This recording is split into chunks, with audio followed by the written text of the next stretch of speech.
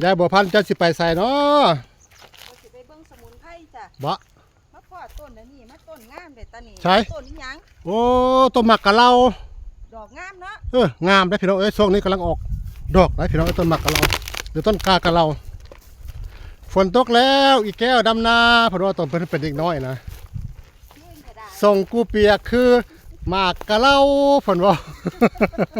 ไผคือสิฮู้จักอยู่ดอกเนาะมันหยังเนาะเด็กน้อยสมัยก่อนเพิ่นบ่มีเพลงร้องพี่น้อง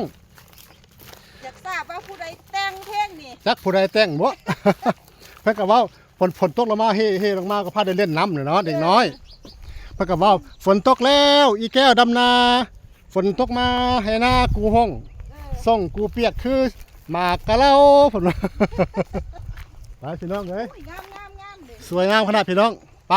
ย่างกับพายายบ่เพิ่นพวกเข้าป่าจักหน่อยเพิ่นอ้อมหัวบ่สิเข้าไปเบิ่งสมุนไพรพี่น้องเอ้ยเขาบ่ได้เด้พี่น้องเอ้ยเพิ่นอ้อมหัวแล้วก็ถอยออกเป็นต้นอันไปย่างไปพวก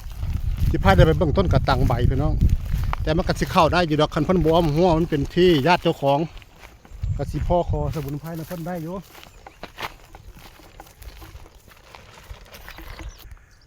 โอ้มอเตอร์ไซค์หักจอดไว้ข้างพ้นกุญแจบ่ได้ถอดใครอยู่มันไกลทางถ้าอยู่ใกล้ทางเลยมีสิทธิ์เฮียเด้อพี่น้องเอ้ยถ้าเฮาบ่ได้ถอดกุญแจเข้าไปหาสมุนไพรมาไว้พี่น้องเดี๋ยวฝนตกแล้วสิบ่มีสมุนไพรใช้ปกติเพิ่นจะหาช่วงเดือน11เดือน12แต่สมุนไพรมันลดน้อยถอยลงแล้วก็มาหาช่วงฝนตกใหม่ตัวยามันก็อยากน้อยลงข้างหน้านี่ก็สมุนไพรวัดพี่น้องนี่บำรุงกำลังป่ายังเป็นป่าติ้วสมัยก่อนคนบ่ค่อยเข้ามาเลยพี่น้องสมัยก่อนมันหกมันไก่บ่มีคนย่างเข้ามาดอกย่างเข้ามาก็ยังเสือกัดสมัยก่อนคือตาเห็นปะ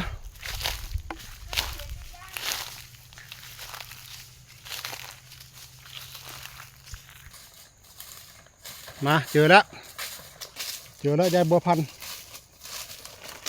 นี่ต้นนี่เจอแล้วต้นยังนั่นโอ้เจอแล้วเป็นตะกุนหญ้าเท่าบ้านนี่นะหญ้าพริกก้นได้บัวพันธุ์ก้นได้บ่โอ้นี่พี่น้องได้แล้วนี่โอ้ได้แล้ว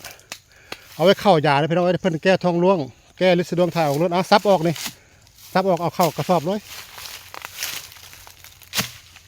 เก็บใส่กระสอบเลยไปเดินทางต่อ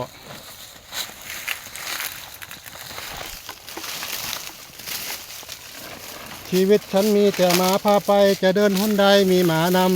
ำชีวิตฉันมีแต่หมานำจะเดินก้าวตามหมาเดินชีวิตของฉันช่างเพลิดเพลินฉันมีอย่างเกาะพันเว้าฉันมีหมานำทางไปทางไหนนู่นป้าอันนี้กับสมุนไพรนี่ก็ได้โอ้เอาก่อนหน้าจะหน่อยก่อนมา